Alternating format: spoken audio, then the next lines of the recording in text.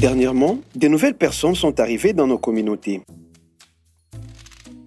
Ceux-ci promettent beaucoup d'argent et nous demandent de signer des papiers remplis de mots compliqués que nous ne comprenons pas vraiment.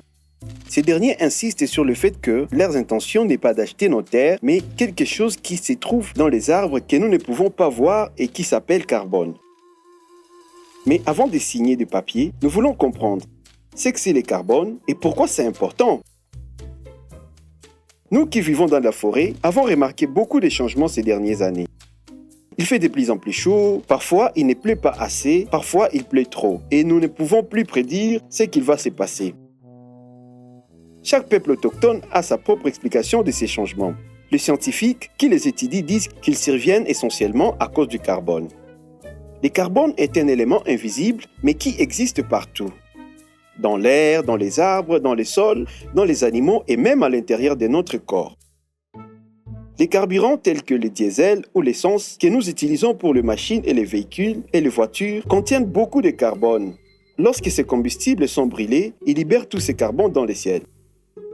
Aujourd'hui, la plupart des villes et des industries dépendent de ces combustibles pour fonctionner. Plus l'entreprise se développe, plus elle rejette du carbone dans l'air. Avec autant de carbone dans le ciel, la chaleur du sol est piégée dans notre atmosphère. Tout devient alors plus chaud, l'air, la terre et l'eau.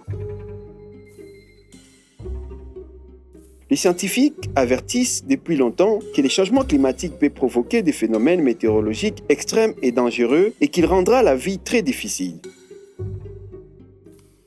Pour éviter cela, les humains doivent réduire la quantité de carbone émise dans le ciel.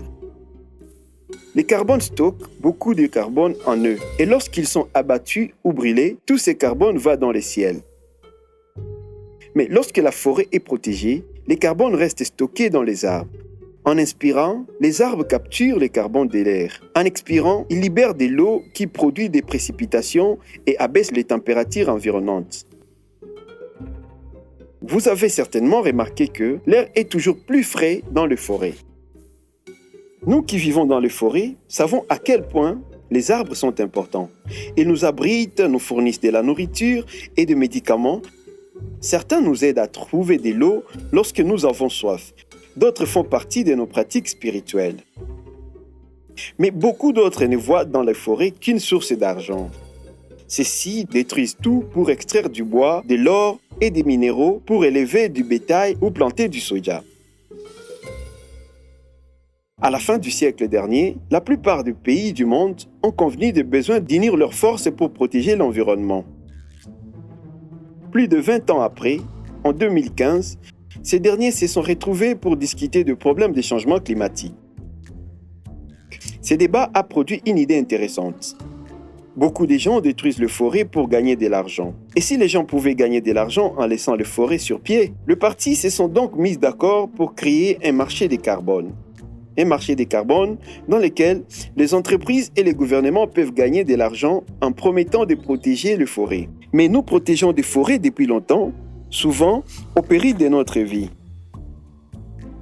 C'est vrai, nous qui vivons dans les forêts devons réfléchir à la manière dont ces marchés de carbone peuvent aider nos communautés ou leur nuire.